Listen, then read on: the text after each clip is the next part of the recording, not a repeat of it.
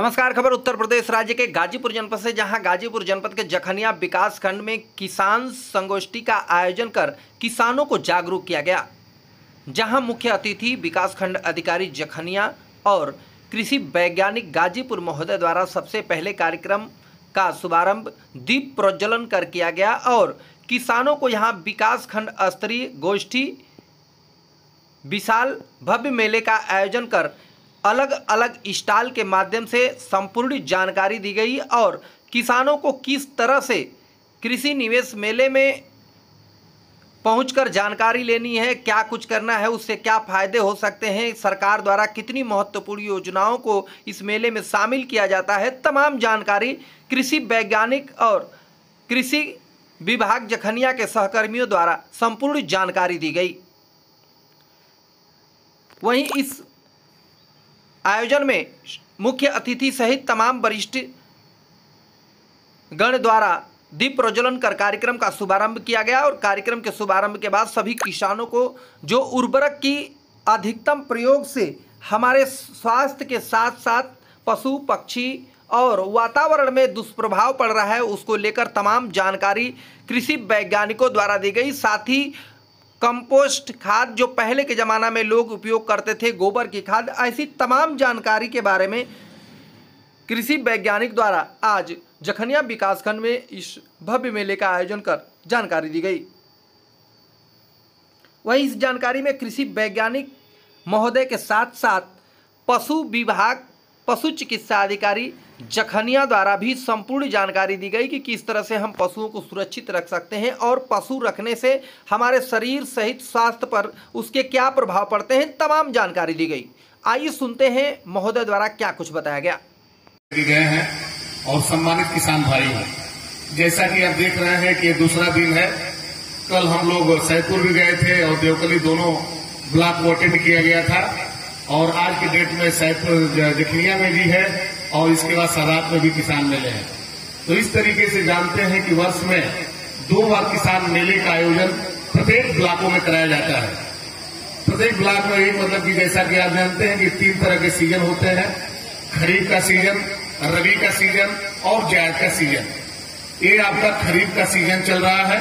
खरीफ का सीजन आपका मतलब जून महीने से स्टार्ट हो जाता है। जून, जुलाई, अगस्त, सितंबर, ये 4 महीने हमारे खरीफ के सीजन होते हैं और खरीफ में हम लोग अरहर की बुआई करेंगे, धान की नर्सरी डालेंगे।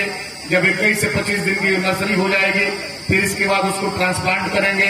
फिर इसके बाद ज्वार हुआ, बाजरा हुआ, मक्का हुआ, उर्द हुआ, मूंग हुआ। इसके बाद गवर्नमेंट मोटे अनाजों पे जो जोर दे रही है, जैसे सांवा, कोदो, मड़ुआ, रागी, सोयाबीन, ये सारे फसलों की खेती हम लोग खरीफ के सीजन में करते हैं। इसी तरीके से जैसे ही सितंबर का महीना खत्म होगा, आपका अक्टूबर, नवंबर, दिसंबर, जनवरी, ये 4 महीने हमारे रबी के सीजन स्टार्ट होंगे और रबी में हम लोग आपके मतलब कि आलू की खेती करेंगे, बरसीम लगाएंगे, सरसों लगाएंगे, चना लगाएंगे, मटर लगाएंगे, गेहूं लगाएंगे, जौ की खेती करेंगे। ये 4 महीने हमारे रबी के सीजन होते हैं। इसके बाद जैसे ही जनवरी का महीना एंड होता है, फरवरी, मार्च, अप्रैल, मई, ये 4 महीने हमारे जायद के सीजन होते हैं। और जायद में मतलब कि आप लोग ओर की खेती, मूंग की खेती, इसके अलावा मतलब कि आप सनई, ढैंचा, जितनी भी कद्दू वर्गीय फसलें हैं, लौकी, नेनुआ, कोहड़ा, तरबूज, ये लगभग सारे फसलों की खेती हम लोग जायद के सीजन में करते हैं। इस तरीके से कृषि के हिसाब से पूरे वर्ष में 12 महीने होते हैं और इसको 3 सीजन में कैटेगराइज किया गया है, खरीफ का सीजन, रबी का सीजन और जायद का सीजन। और इसका उद्देश्य यह है कि मतलब कि नवीनतम जानकारियों से अपने जनपद के, अपने ब्लॉक के किसानों को अवगत कराया जाए, जिससे कि अपने देश के उत्पादन को बढ़ाया जाए। क्योंकि आने वाले समय में यदि अपने देश के प्रोडक्शन को नहीं बढ़ाया गया तो जिस रेशियो में भारतवर्ष की पॉपुलेशन बढ़ रही है, इस पॉपुलेशन को पूरा खाद्यान्न उपलब्ध कराना आसान काम नहीं है। जैसा कि आप देख रहे हैं कि सारी परिस्थितियां अपने फेवर में नहीं है, लेकिन इसके बावजूद भी हमको अनाज चाहिए। तो देख रहे हैं कि आबादी का बढ़ना, जमीन का घटना, भूगर्भ जल का खिसकना, पृथ्वी के तापमान का बढ़ना, इसके बाद जंगलों का कटना, ये तमाम तरह की जो विषम परिस्थिति है। जैसा कि आप देख रहे हैं कि हम लोग जून के महीने में बैठे हुए हैं, बीच में तो कहीं कहीं 48 डिग्री सेल्सियस, कहीं 52 डिग्री सेल्सियस, इस तरीके से पृथ्वी का तापमान बढ़ता चला जा रहा है, जिसको हम लोग ग्लोबल वार्मिंग कह रहे हैं। ग्लोबल वार्मिंग का मतलब यह है कि जैसा कि आप जानते हैं कि पहले हमारे देश में धान की खेती इतनी लार्ज स्केल पे नहीं होती थी। आया है और देखिए बड़ा दूर से कृषि विज्ञान केंद्र से हमारे डॉक्टर साहब आए थे, बड़ी अच्छी अच्छी बातें बताए, हम सुन भी रहे थे। मैं पहले बस्ती में था, अब इस गाजीपुर में योगदान दे रहा हूं आप लोगों के बीच में। करीब 4 महीने हो गए हैं और मैं ग्राम सभाओं का अध्ययन भी कर रहा हूं कि क्या स्थिति है पशुपालन की और कृषि की। कारण ये है कि बिना कृषि के पशुपालन नहीं है और बिना पशुपालन के कृषि नहीं है, संभव नहीं है। अब आने वाले समय में वैज्ञानिक लोग जो डॉक्टर साहब लोग हैं वहां रिसर्च कर रहे हैं। अब ये फिर उसी स्टेज पे आ रहे हैं कि गोबर की खाद, केचुए की खाद, वर्मी कंपोस्ट पे वापस आ रहे हैं। आज फर्टिलाइजर को जहर बताया जा रहा है, पहले इस फर्टिलाइजर की जरूरत थी, वास्तव में जरूरत थी। अगर यह न होता तो शायद हम लोग के घरों में अनाज न होता, लेकिन उसे हमको परिवर्तित करना पड़ेगा, इसलिए कि हम लोग एक ऐसे स्तर पे जा रहे हैं जहां की हमारी भूमि उत्पादन नहीं देगी।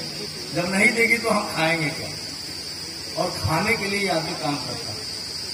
तो सर्वप्रथम मैं आप लोगों को मैं अपना नाम बता दूं, मैं डॉक्टर प्रशांत कुमार देवरिया का रहने वाला, और यही जखनिया में ही आपके यहाँ ब्लॉक में एक अस्पताल है, पशु अस्पताल, बहुत लोगों ने देखा होगा, वहाँ आप लोग मैं रहता हूँ यहीं जखनिया में ही, और हमसे आप लोग पूरा सहयोग ले सकते हैं, जो भी सहयोग है। सर्वप्रथम मैं अपने पशुपालन के बारे में कुछ छोटी छोटी जानकारियां और क्या क्या योजनाएं चल रही हैं ये बता देता हूँ। बहुत शार्ट नहीं बताऊंगा, ज्यादा नहीं बताऊंगा, क्योंकि आप लोग तंग तो नहीं हो रहे गर्मी में, घर में भी गर्मी लगी रही होगी, यहाँ तो मुझे लगता है कि पेड़ के नीचे राहत है कि नहीं। अब मैं जानना चाहूंगा कि जैसा हाथ उठाए आप लोग, कितने लोग अपने यहाँ पशु रखे। संख्या बहुत अच्छी है, बहुत अच्छी है, लेकिन कुछ लोगों के घर कुछ भी नहीं है, न बकरी है, न भेड़ है, न गाय है, न भैंस। मैं बता दूं, जिसके घर में अगर जानवर है उसके यहाँ दवाई कम प्रयोग होगी। दवाई प्रयोग का मतलब वो आदमी मेहनती होगा, गोबर फेंकेगा, दूध पिएगा, स्वस्थ रहेगा। और जिसके यहाँ जानवर नहीं है, मैं गारंटी के साथ कह सकता हूं कि वो दवा खाता होगा, उसके यहाँ हर दूसरा आता। ऐसा है कि नहीं। कृषि विभाग जखनिया द्वारा समय समय पर इस तरह की जानकारी आप सभी किसान भाइयों को दी जाती है। यह जानकारी आपको कैसी लगती है आप कमेंट बॉक्स में जरूर बताएं। साथ ही आपका भी कुछ सवाल हो तो कमेंट बॉक्स में जरूर लिखें। धन्यवाद।